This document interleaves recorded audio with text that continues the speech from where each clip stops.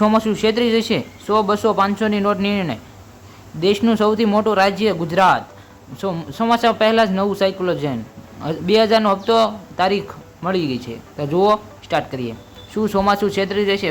ભારત, કેરળ, મહારાષ્ટ્ર સુધીના ભાગોમાં નેત્ર ચોમાસું વહેવા આગમન સર્જાયેલ છે. ખુશી દબાઈ ગઈ છે હોવા તેમ કેટલાક દિવસો સિસ્ટમ સ્વગત છે. તેવી સમયે યુરોપ અને હવામાનની એજન્સી સિસ્ટમ જુલાઈ મહિના સુધી સક્રિય ન થાય તેવી સંભાવના કરવામાં આવી છે. અને બીજા સમાચારની વાત કરીએ તો 100, 200, 500ની નેટનો નિર્ણય.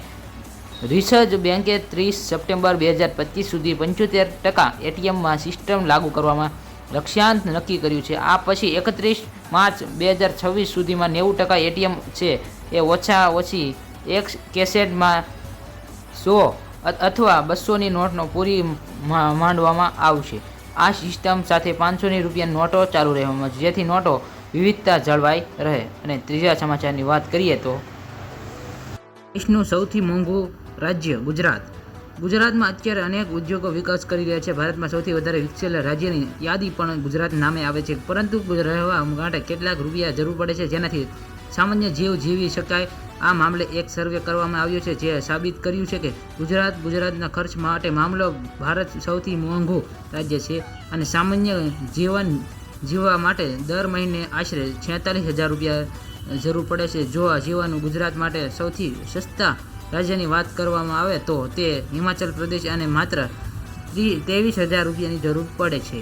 અને ચોથા સમાચારની વાત કરીએ તો ચોમાસા પહેલાં નવું સાયક્લોન આગાહી સામે આવી છે, જેમાં તેમનું કહેવું છે કે 12 થી 18 જૂન સુધી ગુજરાતમાં ચોમાસું આવી જશે અને બંગાળ સાયક્લોન બન્યું છે, જેને 10 તારીખ આસપાસ તેને અસર જોવા મળશે અને ગુજરાત પૂર્વ ભાગમાં તેની અસર થશે. વરસાદ આવશે તો ઉત્તર ભારતમાં કેટલાક ભાગમાં પવન અને આંધી આવશે.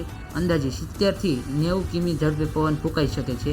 2020મો હપ્તો તારીખ. ખેડૂત માટે સારા સમાચાર છે. પીએમ કિસાન સન્માન નિધિ યોજના હેઠળ 20મા હપ્તા પૈસાની જૂન અંત ખાતામાં આવી શકે છે. જો તમે પણ આ યોજના 20મા હપ્તાનો લાભ માંગો હોય તો તમારું નામ તમારું નામ તપાસવા માટે ઓફિશિયલ વેબસાઇટ આવડી આ લિંક પર જોઈને શકાશો. અને તેમને જણાવી દઈએ કે આ યોજના ખેડૂતનો વાર્ષિક 6,000 રૂપિયાની નાણાકીય સહાય આપવામાં આવી છે.